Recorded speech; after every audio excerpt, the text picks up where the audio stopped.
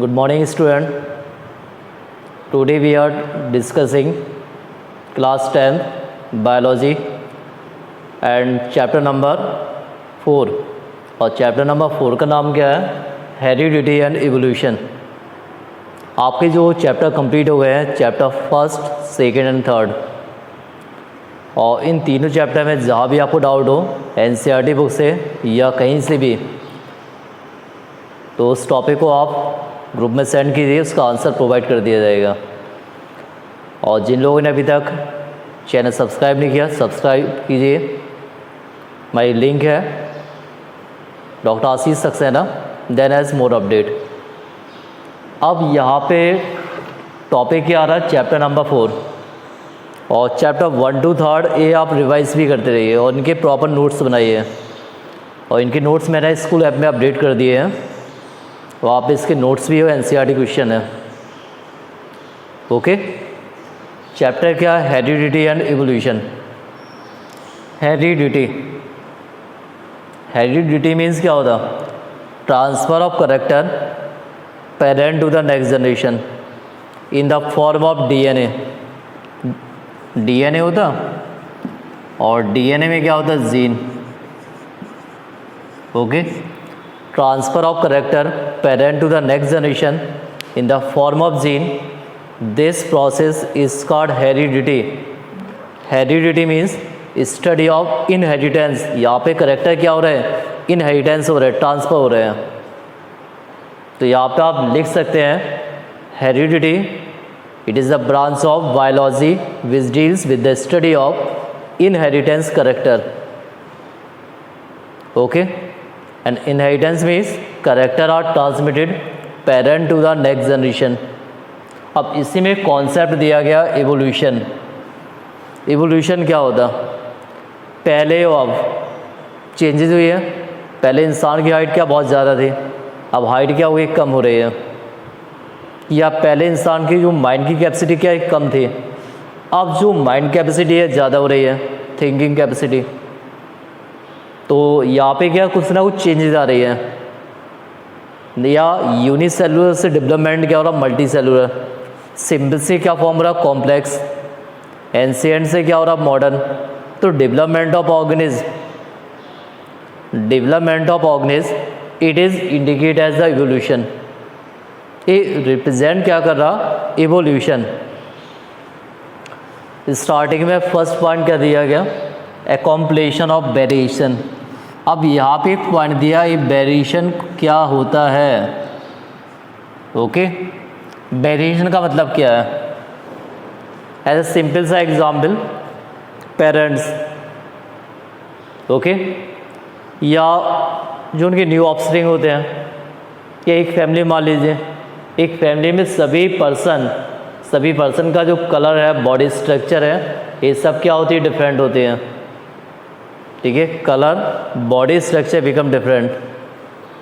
या सपोज एक यहाँ पे आपके एनसीईआरटी में ही एक डायग्राम दिया गया ईयर लोब्स का. कुछ पर्सन के जो ईयर लोब्स होते हैं, ईयर लोब्स क्या होता है? ये ईयर होते हैं. अब कुछ पर्सन के ईयर लोब्स होते हैं अटैच, और कुछ पर्सन के ईयर लोब्स होते फ्री. एक पिक्चर दी गई, इसको आप देख लीजिए. एनसीईआरटी में दिया पेज नंबर 143, यहाँ पे दिया.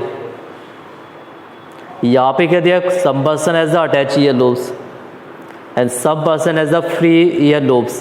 सो ear lobes it is represent as the variation. Ear lobes represent क्या कर रहा? वेरिएशन, या कलर आप बोल सकते हैं. ओके, देन बॉडी हेयर, तो it is involve as the variation. ये इंडिकेट क्या कर रहा? वेरिएशन को. देन वेरिएशन ज़्यादा किस में फॉर्म होता?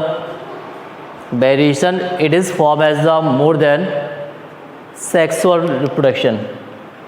ड्यूरिंग कहाँ पे होता? Sexual reproduction. कि यहाँ पे इन्वॉल्व होते 2 parents. But asexual reproduction variation occurs only little, minor type of variation, because involve only one type of cell. It's the compare between sexual and asexual. Okay, asexual reproduction as the minor type of variation and sexual reproduction as the more types of variation. Then as the heredity. Heredity means अभी मैंने ऊपर बताया it is a branch of biology which deals with the study of inheritance character. Then inherited traits, it is depend as the dominance and recessive. कुछ rules for inheritance of traits के होते हैं. अब यहाँ पे एक पॉइंट आ रहा है, क्लॉन्स बोलते हैं. क्लॉन क्या होता है? क्लॉन आपके ज़्यादा डेवलपमेंट होते हैं एसेक्सुअल में, but sexual reproduction does not form clone. Clone means exact copy. Organism are morphologically and genetically similar. Okay, organisms are morphologically and genetic similar, it means clone. But sexual reproduction में जो occurs होता है क्या होता है? Variation. तो वहाँ पे क्लॉन फॉर्म नहीं होते हैं. Then as a rules for inheritance of trait, then as a Mendel साहब.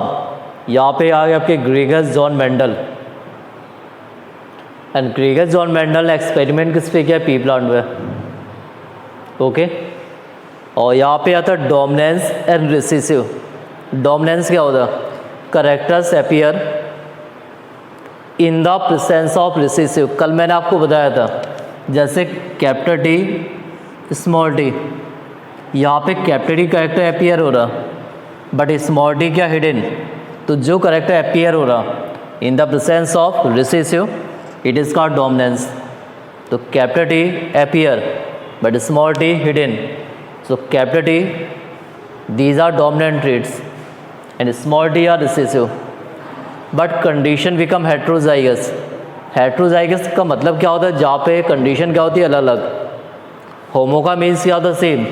सपोज यहाँ पे बोल दिया capital T homozygous, small T homozygous. Means as the similar character homozygous, but dissimilar character it represent as the heterozygous.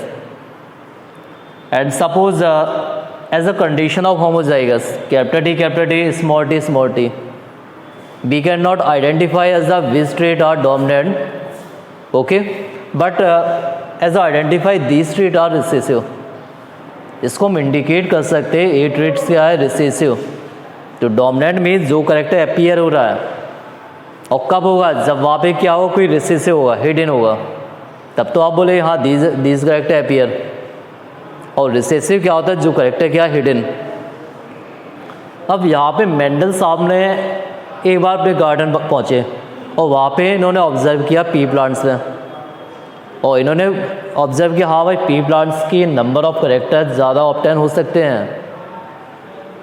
Okay, और यहाँ पे इन्होंने देखा इसकी हम इजली ग्रोइंग करवा सकते हैं. देन इसमें easily cross pollination and self pollination किया जा सकता है. तो they are different reason Mendel use as the pea plant. Mendel साहब ने, इनका पूरा नाम क्या है? Gregor John Mendel. एक्सपेरिमेंट किस पे किया? पी प्लांट पे. और पी प्लांट का साइंटिफिक नेम क्या है? Pisum sativum. It is the scientific name of P plant. Okay, अब मेंडल साहब ने कहा चलो ठीक है, अच्छा ऐसा किया जाए, चलो अपने कुछ रूल्स बना दिया जाए, तभी तो लोग हमें याद करेंगे.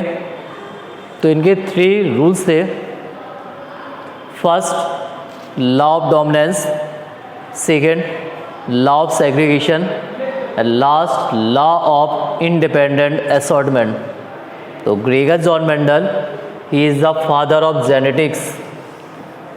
बट एक पॉइंट और बता रहे, जब तक ये जिंदा थे तब तक तो इन्हें फादर ऑफ जेनेटिक्स नहीं कहा गया. बट आफ्टर डेथ कुछ साइंटिस्ट थे जिन्होंने इनके एक्सपेरिमेंट को रीडिस्कवर्ड किया और रियल में बोला हाँ भाई जो करेक्टर ट्रांसमिटेड होते हैं वो रियल में होते हैं, और इन्हें बोल दिया फादर ऑफ जेनेटिक्स. तो यहाँ पे फर्स्ट था लॉ ऑफ डोमिनेंस. अब लॉ ऑफ डोमिनेंस में इन्होंने एक्सपेरिमेंट किस पे किया? पी प्लांट्स पे. किस बेस पे किया, टाल एंड ड्वार्फ। कुछ प्लांट टाल थे and some plants become dwarf. Okay, tall plants capital T, dwarf plants small T. अब देखिए यहाँ पे कैपिटल टी है, यहाँ स्मॉल टी है, तो यहाँ पे क्या है कैपिटल टी, यहाँ पे क्या है स्मॉल टी। इन दोनों का कर दिया हमने इनटू, तो क्या है capital T small T. A character क्या डोमिनेंस, ए करेक्टर क्या रिसेसिव। ठीक है, तो इससे क्या बोलते हैं हम, लॉ ऑफ डोमिनेंस। तो लॉ ऑफ डोमिनेंस मीन्स मेंढक use as the pea plant, then as the capital T small T. This condition represent as the homozygous. The similar character, so 15% character passes as the next generation, capital T small t, then into as the capital T small t. Okay, one of the character appear and another character hidden. So as the appear character, it is called dominance, and hidden character, it is called recessive. Hidden character को क्या बोलेंगे, recessive. अब इन्होंने क्या किया, जो capital T small T है इसी का इन्होंने करवा दिया self pollination.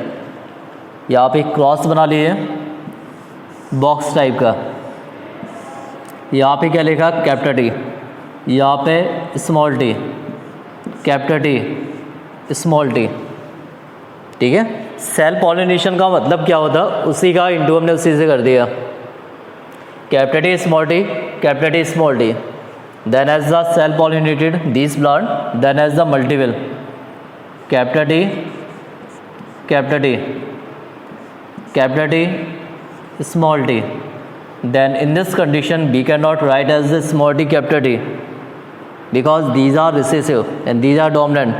So first we are write as the capital T small t, then after that small t. Okay, then obtain as the two type of ratio. First ratio genotype, and genotype means the ratio are depend gene structure, and after that second phenotype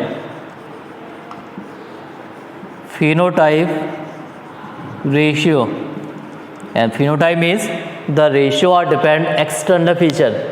So obtain as the two type of ratio, genotype and phenotype. So calculate the genotype ratio. So we have find as the 1 by 1.